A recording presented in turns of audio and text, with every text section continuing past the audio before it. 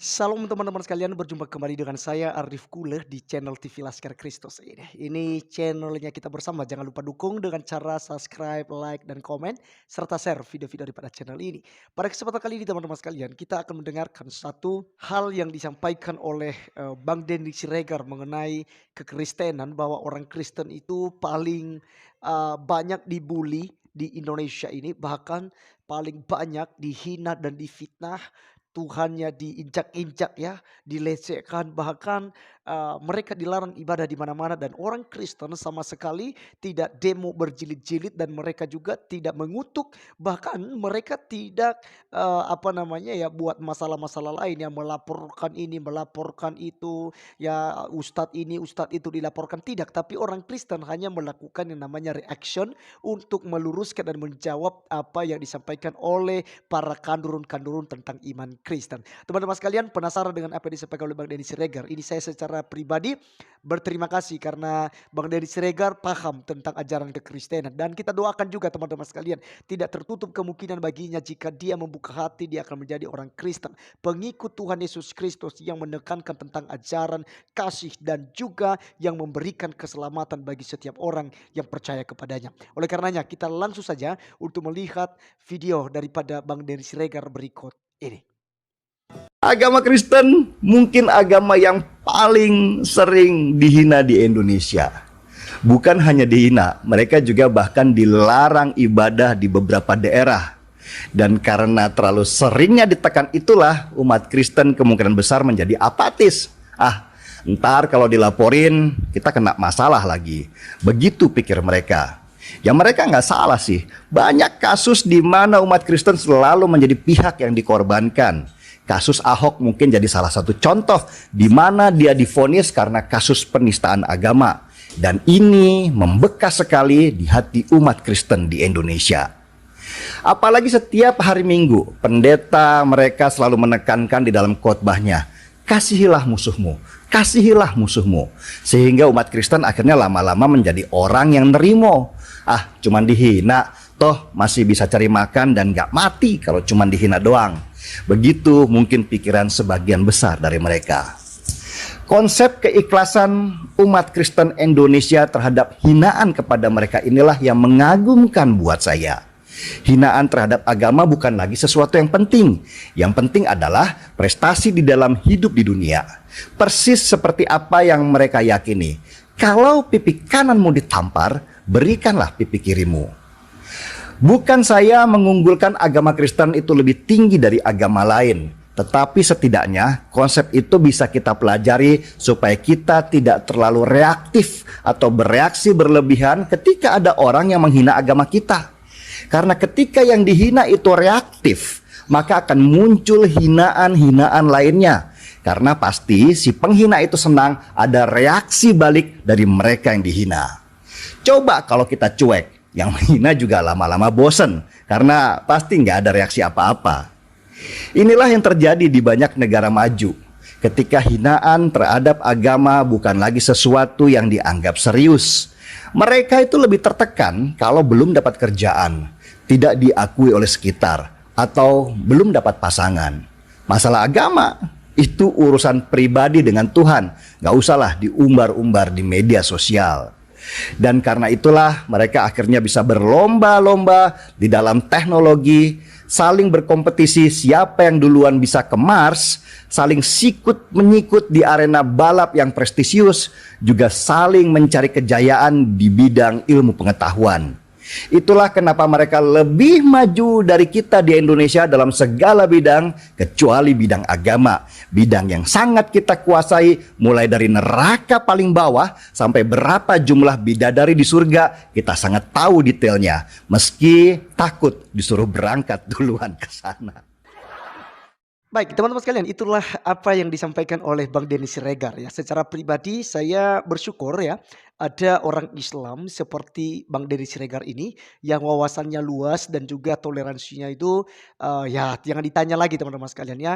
Dia tidak membeda-bedakan ya, bahkan kita melihat di konten-kontennya justru lebih banyak mengoreksi ustadz-ustadz kandrun. Dia tidak setuju dengan pengajaran-pengajaran Islam yang diajarkan oleh orang-orang yang radikal, yang intoleran, dan tentu saja ya di dalamnya ada Abdul Somad, ada Ustadz Hidayah, ada Ustadz Mujir, Ustadz siapa lagi nih ya, Irene Handono, banyak sekali ya yang kita melihat di konten daripada Bang Denny Siregar. Teman-teman sekalian, satu hal yang harus juga saya pesan buat Bang Denny Siregar, bukan hanya di setiap hari Minggu saja diajarkan, tetapi hampir setiap saat diajarkan kepada orang Kristen untuk memiliki yang namanya kasih. Kasihilah musuhmu dan berdoalah bagi mereka yang menganiaya kamu. Ini adalah kunci daripada kekristenan. Jadi tidak ada alasan bagi orang-orang Kristen untuk membalaskan kejahatan dengan kejahatan. Lagi pula, urusan untuk pembalasan itu adalah urusan Tuhan, bukan urusan kita sebagai manusia. Kita hanya bisa berdoa dan juga mengampuni orang yang bersalah kepada kita. Karena Alkitab kami, Yesus Kristus Tuhan kami mengajarkan kepada kami bahwa ampunilah kami seperti kami mengampuni orang yang bersalah kepada kami. Ya, dan janganlah membawa kami ke dalam pencobaan, tapi lepaskan daripada yang jahat, karena Engkau yang punya kerajaan dan kuasa dan kemuliaan sampai selama-lamanya. Doa Bapa kami teman-teman sekalian itu hampir semua orang Kristen dari kalangan anak sekolah minggu hingga sampai yang sudah lanjut usia itu menghafal doa Bapa kami, karena itu hal yang terpenting dan di sana memang diajarkan untuk mengampuni musuh. Teman-teman sekalian, ini yang kita bangga ya. Mungkin kita dicaci maki, dihina, disakiti. Kita hanya bisa berdoa buat mereka. Karena kalau justru kita membalasnya, itu akan menyala apinya. Ya, kalau api ya dipadamkan dengan api, itu bukan padam namanya, tetapi api akan semakin membara. Ya, teman-teman, saya mengajak kita untuk melihat Matius pasal yang kelima ayat 44. Apa yang dikatakan oleh firman Tuhan? Tetapi aku berkata kepadamu, kasihilah musuhmu dan berdoalah bagi mereka yang menganiaya kamu. Karena dengan demikianlah kamu menjadi anak-anak Bapamu yang di sorga, yang menerbitkan matahari bagi orang yang jahat dan orang yang baik, dan menurunkan hujan bagi orang yang benar dan orang yang tidak benar. Artinya Tuhan itu tidak pernah memandang bulu, tidak pernah mengkafir-kafirkan, oh ini kafir, ini tidak kafir, ini benar dan ini. Semua ya diberikan yang namanya free will oleh Tuhan, kehendak bebas oleh Tuhan, jalan mana yang Anda pilih untuk saat ini. Di akhirat barulah Tuhan menunjukkan kuasanya untuk mengadili setiap perbuatan umat manusia. Untuk umat Islam, saya memberitahukan kepada kita dan kepada kalian semua bahwasanya Alkitab kami juga mengajarkan di dalam Roma pasal 12 ayat 19 sampai 21 supaya kami tidak kalah dengan kejahatan kalian, tapi kami harus bisa mengalahkan kejahatan itu dengan kebaikan. Ya, saya akan bacakan buat kita teman-teman sekalian. Saudara-saudaraku yang kekasih, janganlah kamu sendiri menuntut pembalasan, tetapi berilah tempat kepada murka Allah. Sebab ada tertulis pembalasan itu adalah akulah yang akan menuntut pembalasan, firman Tuhan. Ya, jadi dalam ayat 19 ini Tuhan mengajarkan supaya kita jangan menuntut pembalasan. Makanya kalau Bang Denny Siregar tadi kagum ya dengan ajaran itu karena kami diajarkan. Ya, walaupun kami mungkin sering dihina, ya itu bukan lagi rahasia. Ya, setiap saat dihina. Tetapi kami pegang ayat ini bahwa jangan kamu menuntut pembalasan. Berikanlah tempat bagi murka Allah gitu ya, untuk membalaskan kejahatan bagi orang-orang jahat tentunya. Ya, jadi di dalam ayat yang ke-20 juga mengatakan kepada kita, tetapi jika seterumu lapar, musuhmu loh ya, berilah dia makan. Jika ia haus, berilah dia minum. Dengan berbuat demikian kamu menumpukan bara api di atas kepalanya. Percaya tidak percaya ya saudara-saudari saya yang daripada muslim, orang Kristen seringkali melakukan hal ini. Maka jangan heran ya di Indonesia ini ya, kalian mau melakukan apapun terhadap orang Kristen tetap berdoa bagi kalian. Orang Kristen tetap mengasihi kalian. Ya, dan itu bukan berpura-pura. Itu dengan tulus dilakukan oleh orang-orang Kristen. Kenapa? Karena memang kami diajarkan untuk demikian. Karena bagi kami beragama bukan sesuatu hal yang dipamerkan. Beragama bukan sesuatu hal yang membawa kita bisa lebih mulia, lebih ini dengan Tuhan, kita punya agama tertentu. Tapi bagaimana kita memaknai agama itu. Bagaimana kita bisa belajar daripada agama itu yang menaungi ajaran sesungguhnya kita. Seperti Kristen ya, adalah agama Kristen. Nah, ajaran Kristen itu seperti apa? Tentu saja seperti yang diajarkan oleh Tuhan Yesus Kristus. Bagaimana kita mau menerapkan hal itu, mengajarkan hal itu ya dalam kehidupan sehari-hari. Karena kami diajarkan untuk menjadi pelaku firman Tuhan. Bukan hanya saja didengar dan dibaca dan dihafal itu firman Tuhan.